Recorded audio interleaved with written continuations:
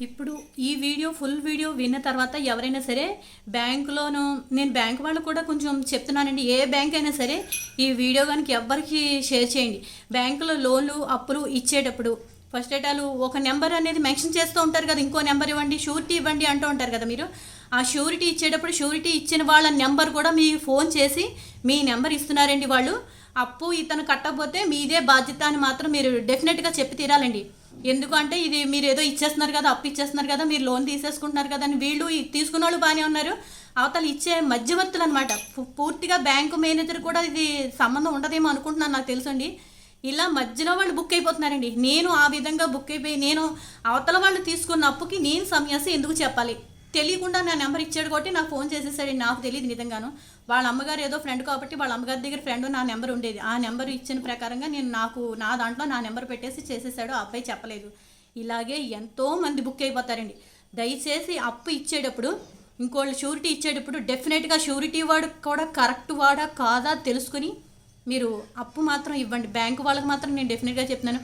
ఎందుకంటే మధ్యలో వాళ్ళు ఈ అబ్బాయి ఈ నెంబర్ పెట్టాడండి అని చెప్పేసి అప్పుకు మాత్రం దయచేసి మాత్రం మా మీద రుద్దద్దు. ఫుల్ వీడియో అయితే మాత్రం చూడండి, షేర్ చేయండి. ఫోన్ నెంబర్లు కూడా ఎవ్వరికి కూడా దయచేసి ఇవ్వద్దు. పక్క వాళ్ళని కూడా నమ్మని రోజులు ఈరోజు. హాయ్ అండి, మీకు నేను ఒకసారి బ్యాంకులో లోన్ల కోసం అని చెప్పేసి ఒక వీడియో అయితే మాత్రం పెట్టాను కదండి, షార్ట్లో పెట్టాను.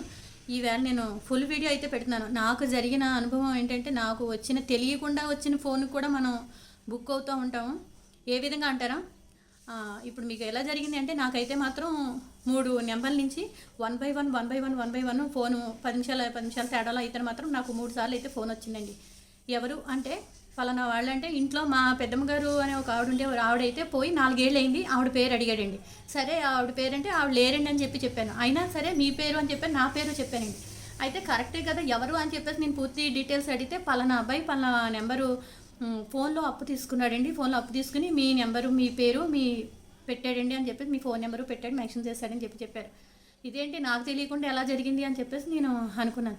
ఎప్పుడు తీసుకున్నాడంటే పలానా సంవత్సరంలో తీసుకున్నాడండి, అంటే 2 ఇయర్స్ బ్యాక్ అనమాట. మా పెద్దమ్మ గారు పోయి 4 ఇయర్స్ బ్యాక్ అయింది అని చెప్తే సరేనని చెప్పేసి నేను అన్నాను అనమాట. ఉండండి నేను ఆ అబ్బాయికి కాల్ చేసి నేను ఏ విషయం కనుక్కుంటానని చెప్పేసి ఫోన్ చేసి కాల్ చేసి కనుక్కునేటే, తీసుకున్నానండి మీ పేరే పెట్టానండి అంటే, ఎందుకు పెట్టాను ఆ పేరంటే అని చెప్పేసి నత్తిగా మాట్లాడేసి పెట్టేశాడు వెంటనే ఫోన్ అండి. తెలివి గలవాడండి. కనీసం చెప్పాను, రోజు రెగ్యులర్గా కనపడుతున్నా సరే నా పేరు పెట్టాను కూడా నాకు ఆ రోజు చెప్పలేదు.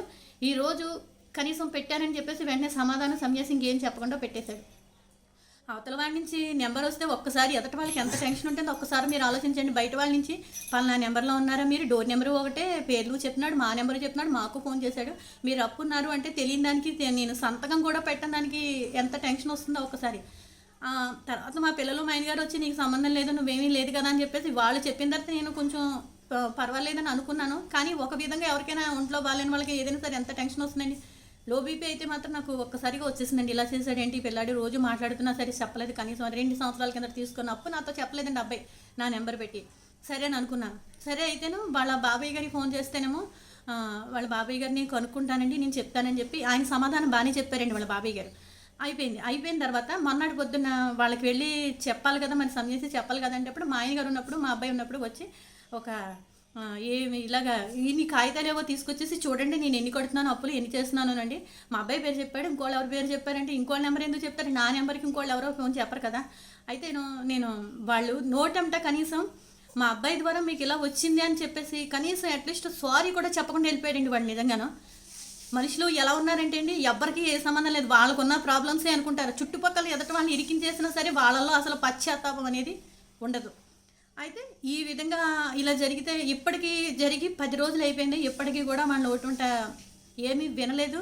ప్లస్ ఇలా జరిగిందని వాళ్ళలో పశ్చాత్తాపం కూడా నేను చూడలేదు. ఎదటి వాళ్ళు అంటే ఎవరో వచ్చేస్తాయండి, పలానా వాళ్ళ ద్వారా ఒకళ్ళు వచ్చేస్తాయని చెప్పేసి అంటే ఎక్కడో మెడ్రాస్ నుంచి వచ్చిన కాల్ అండి నాకు. అబ్బాయికి లోకల్గా అంటే ఏ బ్యాంకు వాళ్ళు అప్పులు వాళ్ళు వసూలు చేసుకుందికే టైం పట్టేస్తుంది. అన్ని బ్యాంకుల వాళ్ళు వచ్చేసి పలానా వాళ్ళు అంటే ఏమీ తెలియకుండా నా నెంబర్ మెడ్రాస్ ఎలా వెళ్ళిపోతుందండి. ఏమీ తెలియకుండా మా ఇంటి పేరు మా ఇద్దరు పేర్లు తెలుస్తుంటే వాళ్ళు ఎలా కవర్ చేసుకుంటున్నారంటే, డోర్ నెంబర్లు ఒకటే కదండి, అందుకని అలా అందరికీ వచ్చేసాయండి అని చెప్పి. డోర్ నెంబర్లు ఒకటైతే అందరికీ రావండి, ఒక్కొక్క చోట పెట్టిన అప్పుకే ఒక్కొక్క నెంబర్ ఇచ్చిన చోటే వాళ్ళకి చేస్తూ ఉంటాను అనమాట. అలా అందరూ బుక్ అయిపోయిన వాళ్ళే. అయితే నేను లాస్ట్ అనమాట, నా నెంబరు ఇలా వచ్చి నన్ను ఆ పిల్లాడు చెప్పకుండా చేశాడు. తర్వాత వాళ్ళు కవర్ చేసుకోవడం, ఈ డోర్ నెంబర్లు ఒకటైతే ఇలా వస్తాయండి అని చెప్పి కవర్ చేసుకున్నారు. అయితే డోర్ నెంబర్లు ఒకటైతే వచ్చినప్పుడు నా నెంబరు నేను ఎవరికి ఇవ్వలేదు. ఎందుకంటే ఇంటి పేరు మా ఆయన గారి పేరు మీద ఉన్నప్పుడు మా ఆయన గారి నెంబర్కి రావాలి కదా, నాకెందుకు వచ్చింది నెంబరు. మీ అబ్బాయిని పిలిపించండి ఒప్పుకున్నాడంటే, అబ్బాయి ఏం లేదండి అని చెప్పేసి అసలు వాళ్ళ పిల్లాన్ని నుంచోబెట్టి వాళ్ళ అబ్బాయి నాకు ఫోన్లో ఒప్పుకున్నాడు. ఇలా చేశాను ఆంటీ గారు, ఇచ్చాను ఆంటీ గారు అని వెంటనే చెప్పాడండి. ఆ ఒప్పుకున్న పెద్ద మనిషిని ముందర పెట్టలేకపోయారండి వాళ్ళు. తీసుకొచ్చి అసలు చెప్పించలేదు ఆ పిల్లాడి చేతండి.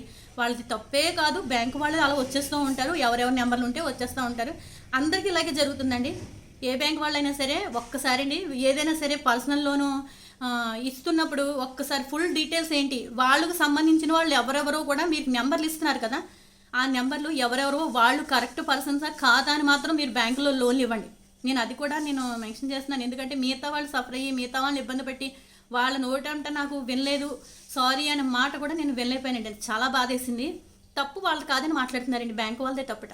అప్పిచ్చి డబ్బులు తీసుకుని వాళ్ళు వీళ్ళు నన్ను మాత్రం ఫోన్ నెంబర్ చేసి నాకు నేను సమయసి చెప్పాలి అవతల వాడికి. ఒక్కసారి మీరు పిల్లలకి ఫోన్లు ఇచ్చేస్తుంటే మీరు ఇస్తున్న వాళ్ళు గేమ్లు ఆడుతున్నారని అనుకుంటున్నారు, లోన్లే తీసుకుంటున్నారు. మీరు ఒకసారి అబ్జర్వేషన్ చేయండి.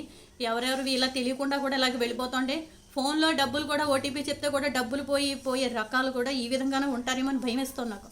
ఇక మీదట మీ ఫోన్ నెంబర్ కూడా ఎవ్వరికి కూడా పక్కాళ్ళు కూడా డేంజర్ అండి. ఈ రోజున నేను పడ్డ బాధ ఇది. ఇంత డిస్కషన్ జరిగిన తర్వాత ఆయన దగ్గర నుంచి నాకు వచ్చిన మాట ఏంటంటే, ఈసారి మీరు అలాంటి ఫోన్లు వస్తే తీయకండి. ఎవరో నా చుట్టాలు నాకు బయట నుంచి ఫోన్ చేస్తారండి, ఇంకో నెంబర్ నుంచే చేస్తారు, నాకు అర్జెంట్ అయిన వాళ్ళు ఎవరో చేస్తారు. నేను తీయటం మానేస్తే వీళ్ళ దగ్గర నేను బ్యాడ్ అవుతానా, లేదంటే ఈ పెద్ద మనిషి చెప్పినందుకు నేను ఫోన్ తీయటం మానేలా, ఈ పెద్ద మనిషి కొడుకు నాకు ఫోన్ నెంబర్ ఇచ్చాడో నాకు ఏమైనా చెప్పాడా నన్ను తీయొద్దండానికి శాసించడానికి. అసలు నా ఫోన్ తీయొద్దండానికి ఆయన ఎవరండి, కొంచెం మంచిది.